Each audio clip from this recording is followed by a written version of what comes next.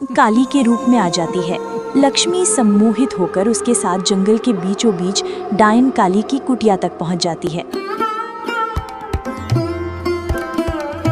लक्ष्मी, ए लक्ष्मी, जरा देख, तेरे लिए खेत से कितनी नरम नरम और हरी भरी घास लेकर आई हूँ। आओ आओ, जल्दी आओ। सरला की आवाज सुनते ही लक्ष्मी दौड़ते हुए उसके पास आ जाती है।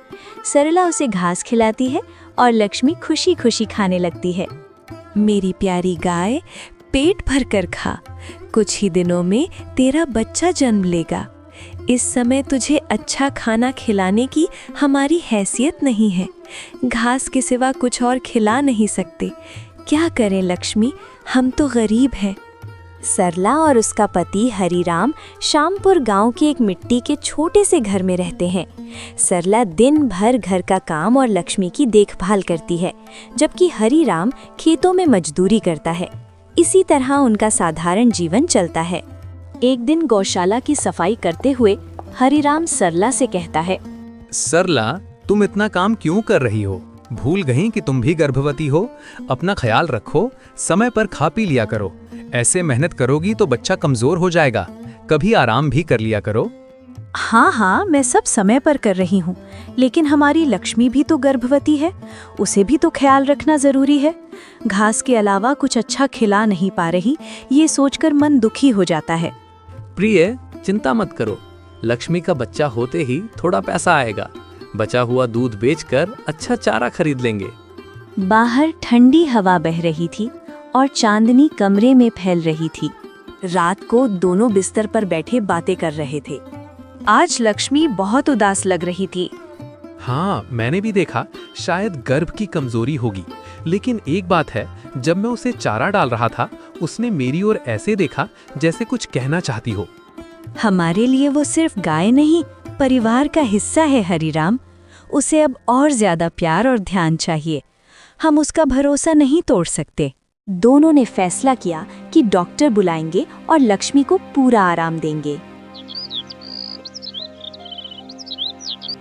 अगले दिन दोपहर को एक बूढ़ी औरत गांव से गुजर रही थी। उसकी नजर लक्ष्मी पर पड़ी। वाह, ये गाय तो बहुत तंदुरुस्त है, खूब दूध देगी। चुरा ले जाऊं तो कोई देखने वाला भी नहीं। बूढ़ी ने रस्सी खोली। लक्ष्मी डरकर रंभाने लगी, लेकिन बूढ़ी ने जादू करके उसे अपने वश में कर लिया।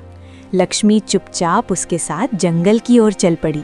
अरे लक्ष्मी, इतनी जोर से रंभाकर चुप कैसे हो गई? इन दिनों कितनी गर्मी पड़ रही है। शायद उसे भी गर्मी लग रही होगी। तुम खाना खाने के बाद लक्ष्मी को तालाब से नहला के लाना।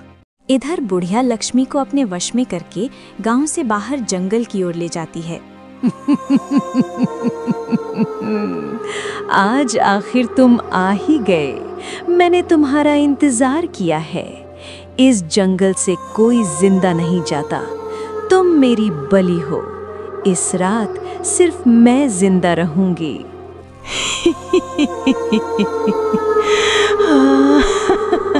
काली के रूप में आ जाती है।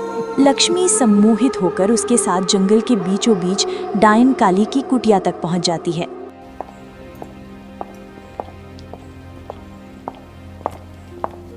कमला, अरे वो लक्ष्मी कहाँ है? गौशाला में तो नहीं है। हरिशंकर की आवाज सुनकर कमला दौड़कर वहां आती है और खाली गौशाला देखकर चीखती है। ये क्या? मेरी लक्ष्मी कहाँ गई? मेरी बच्ची कहाँ चली गई? कमला बाहर निकलकर जोर जोर से पुकारने लगती है। लक्ष्मी, ओ लक्ष्मी! थोड़ी दूर में पेड़ के नीचे कुछ बच्चे खेल रहे थे।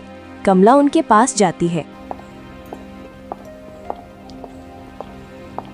ए छुटकी, पिंटू, मोनी, तुमने मेरी लक्ष्मी गाय को इधर से जाते हुए देखा क्या? नहीं चाची, मैं तो अभी खेलने आया। हाँ चाची, मैंने देखा। एक बूढ़ी औरत एक मुर्गी और एक सफेद गाय को लेकर उस तरफ गईं।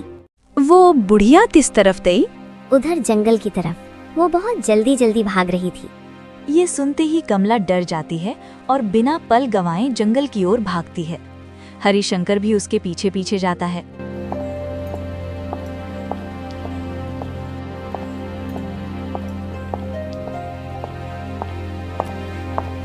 हमारी लक्ष्मी कहीं नजर नहीं आ रही। उस बुढ़िया को मैं छोड़ूंगी नहीं। तुम ऐसे परेशान मत हो। अगर कोई बूढ़ी औरत हमारी गाय चुरा कर ले गई है तो ज्यादा दूर नहीं जा सकती, हम जरूर ढूंढ निकालेंगे। लक्ष्मी को ढूंढते हुए दोनों जंगल की गहराइयों में पहुंच जाते हैं, लेकिन लक्ष्मी कहीं नहीं दिखती। तभी कमला रो पड़ती है। लक्ष्मी, मेरी गाय, तू कहाँ है? एक बार आवाज तो दे लक्ष्मी। तभी हरिशंकर की नजर एक मुर्गी के पंख पर पड़ती है।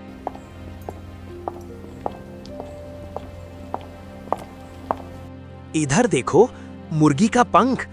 छोटू ने कहा था ना कि बूढ़ी मुर्गी भी ले जा रही थी। लगता है वो इधर से गुजरी है। हाँ, चलो आगे देखते हैं। पंखों के निशान देखते हुए वे एक सुनसान हिस्से में पहुंच जाते हैं। कमला, गौर करो, यहाँ कोई चिड़िया या जानवर की आवाज भी नहीं आ रही, पूरा सुनसान है। तभी कुटिया से आवाज आती है, मुझे जल्दी अपनी भेष बदलना पड़ेगा। लक्ष्मी के सम्मोहन के टूटते ही वो डर के मारे जोर जोर से रंभाने लगती है। तुमने लक्ष्मी की आवाज सुनी? लगता है बगल में ही है। कमला और हरिशंकर उस तरफ जाते हैं तो देखते हैं एक पुरानी कुटिया के आंगन में लक्ष्मी बंधी है। चारों ओर जानवरों की हड्डियां बिखरी हैं। कमला लक्ष्मी को देखते ही दौड़कर उससे लिपट जाती है। तभी डायन काली बुढ़िया की शक्ल में कुटिया से बाहर निकलती है। वो मेरी गाय है, कहाँ ले जा रही हो? छोड़ दे उसे। चोरनी, हमारी गाय को चुराकर कहती हो तुम्हारी गाय है? मैं तुम्हारे खिलाफ गांव के मुखिया से शिकायत करूंगी, तुम्हें सजा मिलनी चाहिए। इस उम्र में चोरी?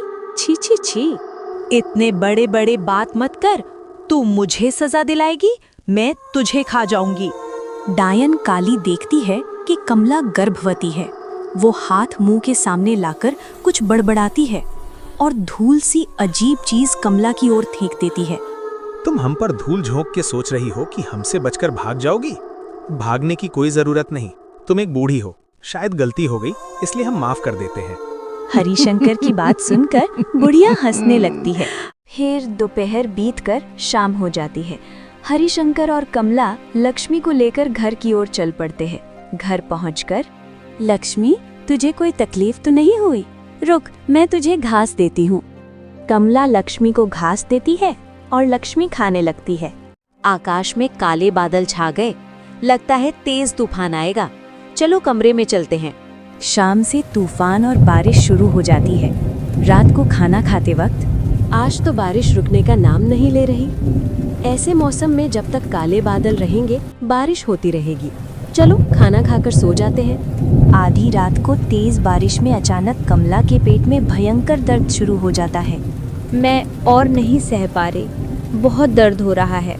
कमला, थोड़ा सब्र करो, मैं अभी बूढ़ी दाई माया को बुला लाता हूँ। हरिशंकर हिम्मत भीगते रखो। हुए दाई को बुला लाता है। दाई कमला को देखते हुए बोलती है, हे भगवान, ये कैसा अनर्थ है।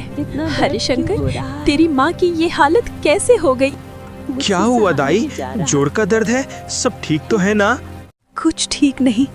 तेरी बीवी पर किसी की बुरी नजर लगी है। ये बुरी नजर जरूर किसी आत्मा की है। इस हालत में दोनों में से कोई एक ही बच सकता है। कमला की दर्द भरी चीखें सुनकर लक्ष्मी सब समझ जाती है। वो धूल सी चीज अपनी ओर खींच लेती है।